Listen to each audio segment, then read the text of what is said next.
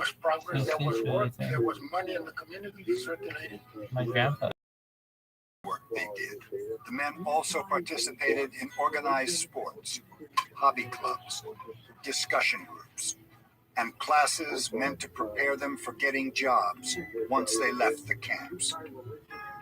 At Big Bend, Juan Lujan helped lay the foundations for new park buildings, and then, because he spoke both Spanish and English fluently, became a museum guide. He was also put to work teaching his less educated comrades. Most of the enrollees in that particular camp had not graduated from high school. Many of them had little or no education. And those of us that had some, we volunteered to teach classes. And some of them wanted to learn how to read and write Spanish. I taught some of those too. Juan Lujan would go on to college, something his mother always wanted him to do, eventually earn a master's and then a doctoral degree, and continue teaching others for the rest of his life. After his time at Lassen, Claude Tyler returned to Blossom, Texas. I went back to school for a year. I went over to the schoolhouse. The teacher wanted me to go from I had only finished about the 5th grade, and he looked over some of the things that I took in CC camps and correspondence courses. He put me in the first year in high school. And so I went 1 year in high school, and that's the last education that I had. And because my parents hadn't really got up on their feet real good, so I went back to CC camp and stayed 2 terms in there. I was not a very good high school student. My grades were not all that good.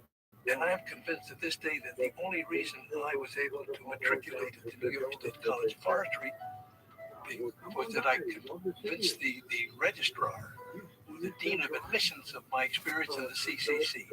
That's what the CCC did for me.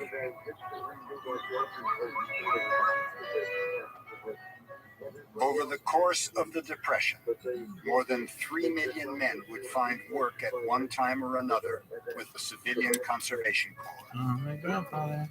They would build more than 97,000 miles of fire roads in national forests, combat soil erosion on 84 million acres of farmland, and plant 3 billion trees, more than 1/2 the total reforestation accomplished in the nation's history.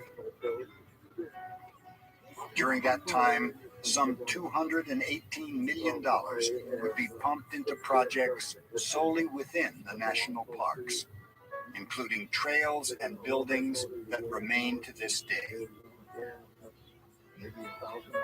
The Depression is a golden age because the National Park Service is a federal agency, and it's going to get all Franklin Delano Roosevelt's "Let's Rebuild the Nation" dollars.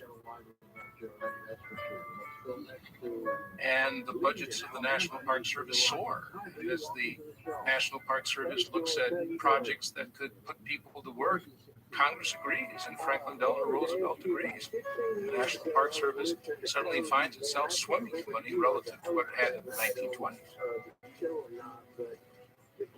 We are definitely in an era of building today. The best kind of building. The building of great public projects for the benefit of the public and with the definite objective of building human happiness at the same time.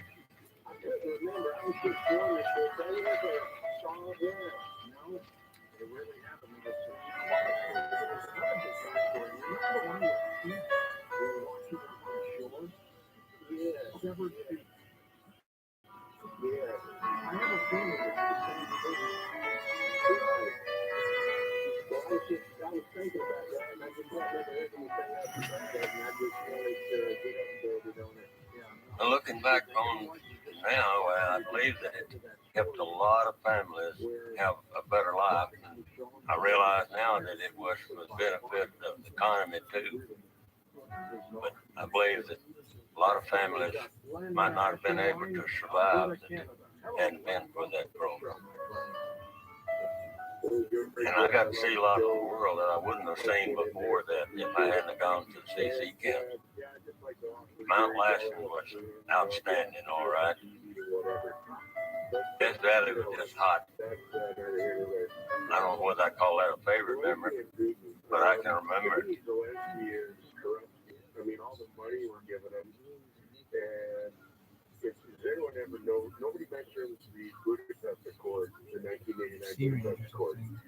It's NATO and the U.S. that has National parks have always been managed pretty much by the values of their time. It was still spectacle. Wild beauty was defined on superficial levels that had very little to do with wildness and how wildness actually works. Redefining FDR and FDR? Yes. In the end, the National Park Service either will be praised for intelligently conserving the last fragments of for failure to hold to the real purpose. George Melendez, right? I think his passion really shows through in his writing. He was very persuasive. He could convince people who really were against his ideas. He could bring them along. He was a joyous person. He was very comfortable in his own skin, not egotistical, but very confident in himself. He was